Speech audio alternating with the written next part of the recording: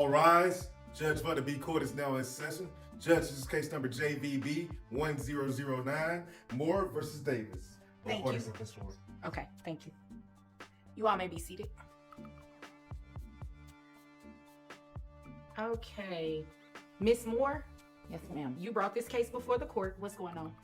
Well, my husband, or I'm sorry, ex-husband, we have a mutually beneficial agreement with our children where he keeps them at night and I keep them during the day. Okay. But my job no longer allows me to stay home with them during the day, and I would like for them to go to daycare now during the day, and he does not want them to. Okay, how old are the children? 2 years and 18 months. Okay, and you already picked out the daycare you want them to go to and everything like Yes. that? How much is it? It is $500 a month. Yep, you heard that right. In Moore versus Davis, we've got an ex-wife asking to enroll her toddlers in daycare so she can work, and an ex-husband who's not just opposed. He's a full-blown germaphobe. She's a doctor saving lives, and he's sealing off the kids from the world like they're in a lab experiment. But here's the real question. When shared custody hits a scheduling wall, who makes the call? Stick around, because this one is less about co-parenting and more about coexisting with preschoolers, Clorox, and court orders. $500 for both children? For one child. So it's $1,000 a month for both children. Oh, okay. It's a nationally accredited daycare. Okay. That's not bad for two kids. What's your opposition to that? Well, I don't think they should be in daycare. I think she should stay with them like we originally planned. I didn't get a chance to check out the daycare. I just would rather them stay with her mom or one of our family members. Okay. Did you let him know which daycare? Yes, Your Honor. Okay. He was invited to go meet the teachers and do the tour, but he opted not to go. So you did have an opportunity to go. I was invited, but I don't really want my kids in that daycare. I don't want to be in that What's daycare. wrong with the daycare? They're full of germs. For I mean, starters, this courtroom is full of germs. Okay, but Let's pause for a second. These kids are babies. One is still probably teething, and the other just started forming full sentences. So when mom says daycare is necessary, she's not trying to outsource parenting. She's trying to keep a roof over their heads. That $1,000 price tag might sound steep, but for two toddlers at a nationally accredited center, that's practically a bargain in parent world. children germs, they're next level. Okay, do they disinfect the daycare? I don't know that. They do. Right, you don't know. So you haven't even had the opportunity, you haven't taken the opportunity to try to do any kind of research. Okay. But the fact that there are germs at the daycare, I mean, that's not a good enough reason why you don't want them in there. I would rather them be with family, people we know. Okay, I mean, that's a valid point.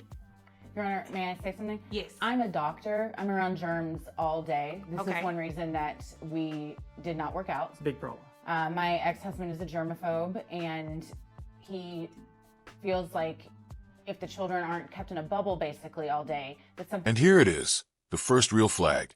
He didn't visit the daycare, didn't tour it, didn't meet the teachers, yet he's already decided it's not good enough. That's not parenting, that's paranoia. When you don't show up, you don't get to show out with strong opinions, especially when the other parent is trying to make things work. Something terrible is going to happen to them, but that's no reason. That's no way for these kids to live.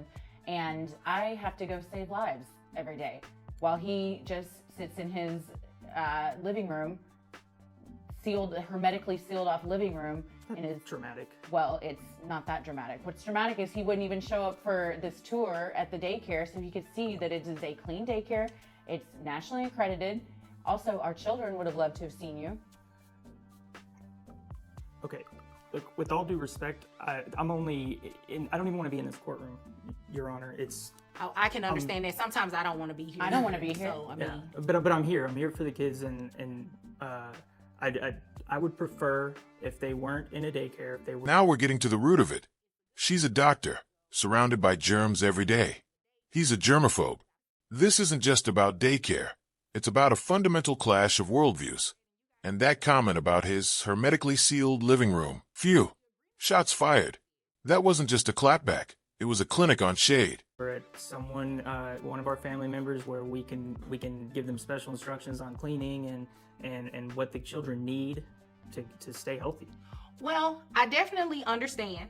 And, you know, I agree. In a lot of cases, it is good for the children to be around a family member and everything like that. However, age 2 years old, and what was the other age? 18 months. 18 months. I mean, it's nothing wrong with them going to school already. You do want them to start learning a lot of things. You just do. There are some things that you guys are not going to be able to teach them at home. Not that you can't, it's just you may not have the time to do it. So I don't think that's necessarily a bad idea, but I do think it's a good idea for you to go and speak to the teachers, look around the daycare, see about the cleanliness of it and everything like that. And you guys should just work together and co-parent. So, the agreement is just going to stand what it is. You guys keep... Okay, let's give him some credit. He says he's here for the kids, but only physically, because mentally, emotionally, he's checked out. The judge even jokes that sometimes she doesn't want to be in court, and that honesty, it cracks the tension wide open. Keep doing your agreement where you have your time with the children, and you keep rotating like that. Nobody should pay child support in this type of situation. But what I will do to make sure that daycare does get paid is that you guys split it. So $1,000, you pay $500, you pay $500. And it's going to go through the Attorney General of Texas. And that's just the best way to do it, because that at least ensures that the children's daycare is paid for month to month. Oh, okay, but now I'm paying for the daycare that I don't want them to go to, and I have them at night. She's supposed to be responsible for the day. If they were in night care, I would pay for it, and I just don't see how this is fair. She makes 3 times as much money as I do. Right, but you guys have been splitting the children, right? Now this is why we love this judge. Instead of picking a side, she's pushing both parents toward the middle.